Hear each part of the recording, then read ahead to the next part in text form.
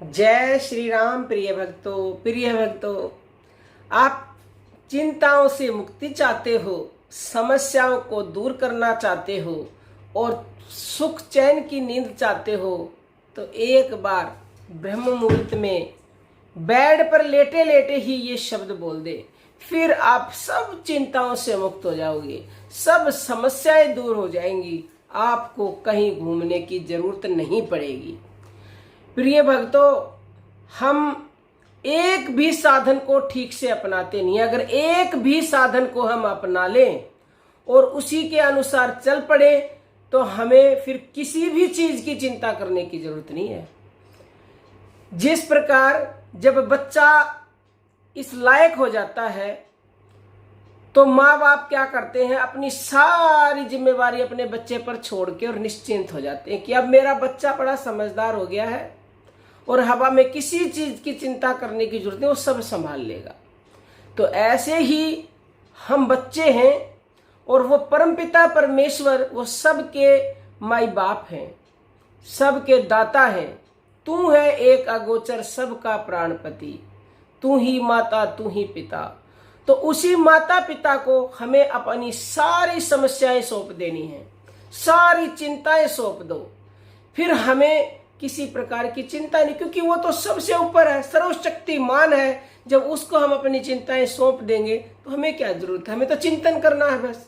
और मैं कहती हूँ आप चिंतन भी मत करो, बस उसे प्रतिदिन ब्रह्म मुहूर्त में यानी कि 3 से 5 बजे जब आपकी आंखें खुलें, और कोई ब्रह्म मुहूर्त में नहीं उठ पाता तो जब भी वो उठे, उठते ही सबसे पहला काम, जैसे ही आंखें खुली, लेटे लेटे, कहीं जाने की जरूरत नहीं, लेटे लेटे सबसे पहले आपको क्या करना है, जो आपकी सांसें हैं, क्योंकि ये सांस ही ब्रह्मांड की सबसे शक्तिशाली वस्तु है, इसी से आप और हम आपस में बात कर रहे हैं, इसी की वजह से हम सब का वजूद है। तो अपना पूरा ध्यान अपनी सांसों पर टिका दें और सांसों पर टिका कर आती जाती श्वासों को देखें केवल 7 बार। उसके बाद बोले कि हे परमात्मा मैं तेरा हूं। बस क्या बोलना है, मैं तेरा हूं।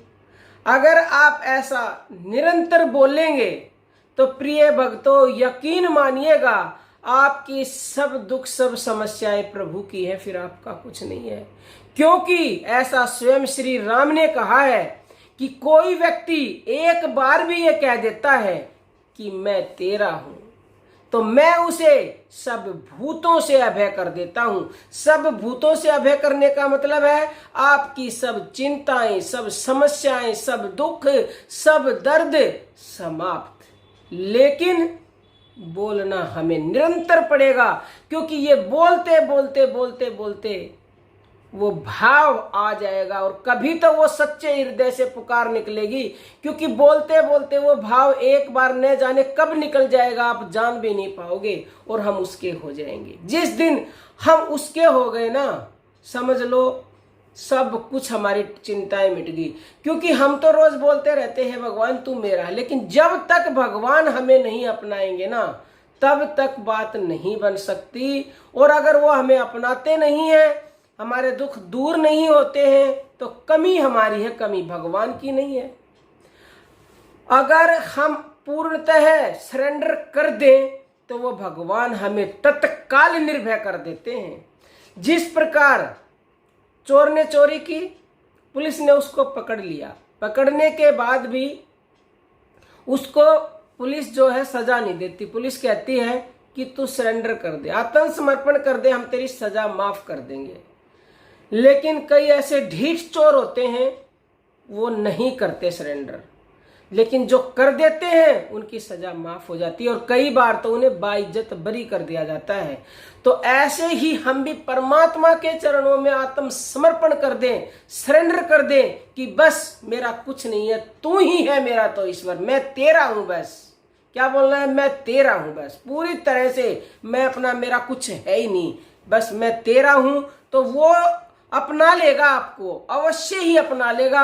और जिस दिन उसने अपना लिए तो वो तो रंक को राजा बना दे। मेरे प्रिय भक्तों, ऐसे इतने उदाहरण हैं कि सुग्रीव जब भगवान की शरण आए एक बार उन्होंने कहा था कि प्रभु मैं तेरा हूं, तेरे सिवा मेरा कोई नहीं है, तो उसने तत्काल उस राज तिलक कर दिया था। ऐसे ही जब विभीषण आए उनका राज तिलक कर दिया। सुदामा जब गए तो उनकी जन्मों की दरिद्रता मिटा दी। लेकिन भक्तों हम शरण भी नहीं होते उनकी, बोलना ही तो है, बोलते रहो, सुबह रोज उठते ही बोलो तो वो परमात्मा खुश होंगे, क्योंकि ब्रह्म मुहूर्त में बोलने का विशेष विशेष विशेष महत्व होता है। उस समय वो ब्रह्मांडीय ऊर्जा, वो परम तत्व परमात्मा आपके बहुत बहुत बहुत ही करीब होते हैं।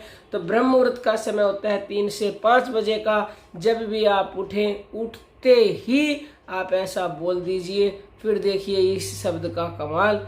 बाकी आपका कोई भी प्रश्न हो कमेंट कीजिएगा। अब हम अपनी वाणी को विराम देते हैं। जय श्री राम प्रिय भक्तों।